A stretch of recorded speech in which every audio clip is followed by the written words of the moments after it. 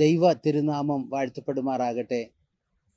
നമ്മൾ ഒരു നോമ്പ് ആചരണത്തിലേക്ക് പ്രവേശിക്കുകയാണല്ലോ. ചാമ്പൽ ബുധനാഴ്ചയോടുകൂടി നോമ്പ് ആരംഭിക്കുന്നു. എന്താണ് നോമ്പിൻ്റെ പ്രാധാന്യത? എന്തുകൊണ്ട് നോമ്പ് ആചരിക്കണം? വേദപുസ്തകം നമ്മളെ ഇതിനെപ്പറ്റി നന്നായി ബോധ്യപ്പെടുത്തുന്നുണ്ട്. CSI ആരാധന രീതിയിൽ നോമ്പിന് പ്രാധാന്യം നൽകുന്നു എന്നത് യാഥാർത്ഥ്യമാണെങ്കിലും അതിനെ അടിച്ചേൽപ്പിക്കാറില്ല. എല്ലാ വിശ്വാസികൾക്കും അവരുടേതായ സ്വാതന്ത്ര്യം നൽകിയിട്ടുണ്ട് കാര്യത്തിൽ. നോമ്പ് ആചരണം എന്നത് നമ്മെ തന്നെ ശോധന ചെയ്യുന്നതിന്, ദൈവവുമായുള്ള നമ്മുടെ ബന്ധത്തിൽ ജീവിതത്തെ ഒന്നുകൂടെ തിരിഞ്ഞു നോക്കുന്നതിന്, വിലയിരുത്തുന്നതിന്, ആവശ്യമായ മേഖലകളിൽ തിരുത്തലുകൾ വരുത്തുന്നതിന് ഒക്കെ ഉപകരിക്കപ്പെടുന്നതാണ്. അതുകൊണ്ട് നോമ്പ് അനുതാപത്തിൻ്റെ, ഏറ്റുപറച്ചിലിൻ്റെ, പുതുക്കത്തിൻ്റെ ഒക്കെ അനുഭവമായി തീരട്ടെ എന്ന് പ്രത്യേകമായി പ്രാർത്ഥിക്കുന്നു. ക്രൈസ്തവ ജീവിതത്തിൽ ഇതിനുള്ള പ്രാധാന്യത ഏറെ വലുതാണല്ലോ. അതുപോലെ തന്നെ നമ്മളുടെ ശരീരം, അതിനെയും ശുദ്ധി ചെയ്യുന്ന, ക്രമപ്പെടുത്തുന്ന ഒരവസരമായി മാറണം ഇത്. ഒരു വ്യക്തിയുടെ ശാരീരികവും മാനസികവും ആത്മീകവുമായ ശുദ്ധീകരണത്തിന്, വളർച്ചയ്ക്ക് നോമ്പ് ഏറെ ഉപകരിക്കുന്നു എന്നതിൽ യാതൊരു സംശയവുമില്ല. നാം ചിന്തിക്കുന്നത് പോലെ നാം ഉൾക്കൊള്ളുന്ന പ്രകൃതിയെയും സംരക്ഷിക്കപ്പെടേണ്ടത് ഈ നോമ്പാചരണത്തിൻ്റെ ഒരു ഭാഗം കൂടിയാണ്.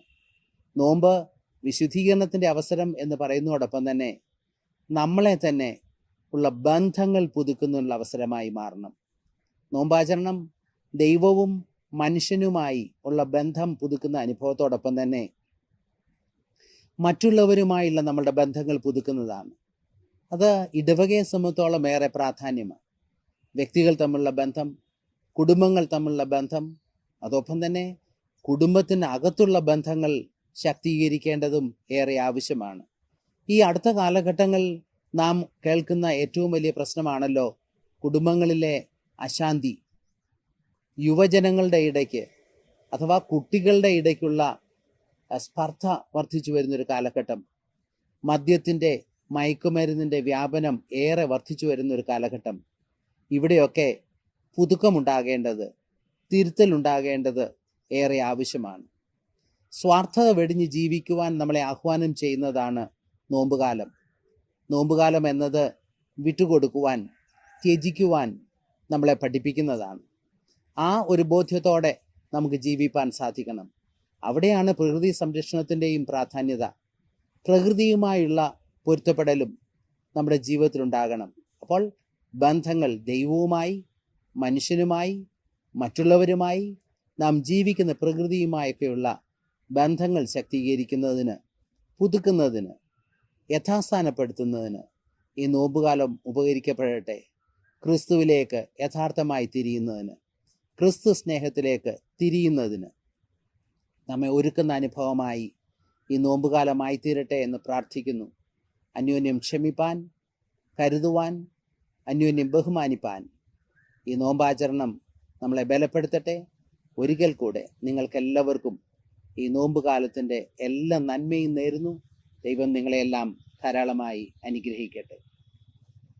നമുക്ക് പ്രാർത്ഥിക്കാം. സ്നേഹവാനും പരിശുദ്ധനും നിത്യനുമായ ഞങ്ങളുടെ കർത്താവേ, നീ ഞങ്ങളുടെ ജീവിതങ്ങൾക്ക് കാട്ടിത്തരുന്ന എല്ലാ നല്ല ദർശനങ്ങൾക്കായും സ്തോത്രം ചെയ്യുന്നു. യേശുക്രിസ്തു മനുഷ്യനായി ലോകത്തിൽ ജീവിച്ച കാലഘട്ടം തൻ്റെ ദൗത്യം ഏറ്റെടുക്കുന്നതിനായി തന്നെ ഒരുക്കുന്നതിന് മുൻപ് ഒരു നോമ്പിൻ്റെ ഒരു വിശുദ്ധീകരണത്തിൻ്റെ നാളുകളിലേക്ക് പ്രവേശിച്ചത് ഞങ്ങൾ ഓർക്കുന്നു. ദൈവമായ കർത്താവെ, ഞങ്ങളെ തന്നെ പുതുക്കി പുതിയ ശക്തിയും പുതിയ ചൈതന്യവും ആർജിപ്പാനും പുതിയ പ്രവർത്തനങ്ങൾ ഏറ്റെടുക്കുവാനുമുള്ള ശക്തിയും ബന്ധങ്ങൾ പുതുക്കുന്നതിനുള്ള ആർജവവും ഈ നോമ്പാചരണത്തിലൂടെ ഞങ്ങൾക്ക് ലഭ്യമാക്കണമേ. നോമ്പിൻ്റെ ദിനങ്ങളേറെ അനുഗ്രഹമാക്കി തീർക്കണമേ. യേശുവിൻ നാമത്തിൽ തന്നെ ആമേൻ. പിതാവ്, പുത്ര, പരിശുദ്ധാത്മാവാം ത്രിയേക ദൈവത്തിൻ്റെ കൃപയും അനുഗ്രഹവും കാവലും നാം ഏവരോടും വിശിഷ്യ നോമ്പുകാലത്തെ നമ്മുടെ എല്ലാ ആവശ്യങ്ങളോടും കൂടെ ഇരിക്കുമാറാകട്ടെ. ആമേൻ.